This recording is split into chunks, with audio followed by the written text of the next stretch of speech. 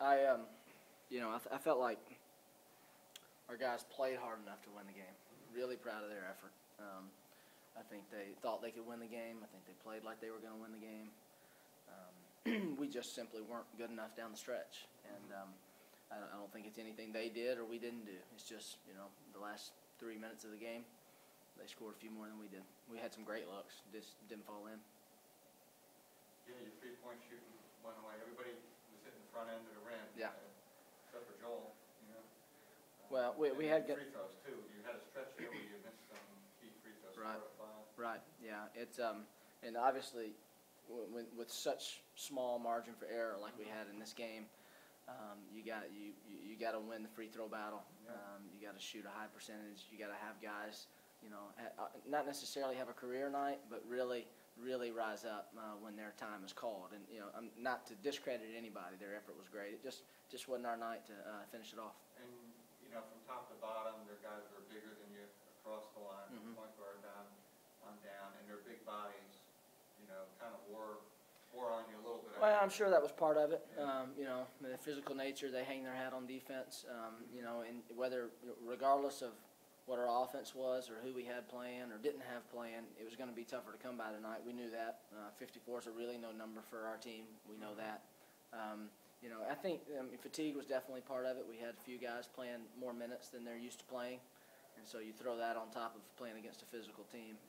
It wore us down a little bit. But they don't. You got to play all 40 minutes. They don't give us a choice. Tough night to have to go out there without Adam. Right. And, I guess you want to address this situation, and is he going to be back next game?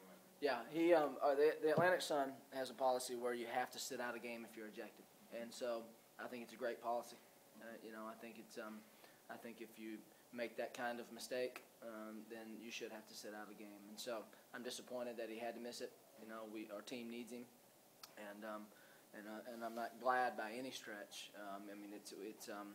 It was real detrimental to our team, and it's a lesson learned. But that's just the hand we were dealt tonight. I think the rest of our guys, took the challenge, and guys like Joel, Willie, really stepped up and played well in his absence. But he's back for the next game. As well as you played at times, and really, handling a lot of things that they threw at you, and the physical nature of the game and everything. Does that get to the point of not a moral victory, but something to build on to show, like, okay, you played the Big East team, right? It's tough. Let's go do it.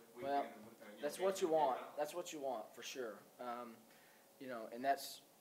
I just said on the radio that's our biggest hurdle to overcome is a belief that we're gonna win the game, whether it's Miami, USF, VCU, A-Sun, you name it.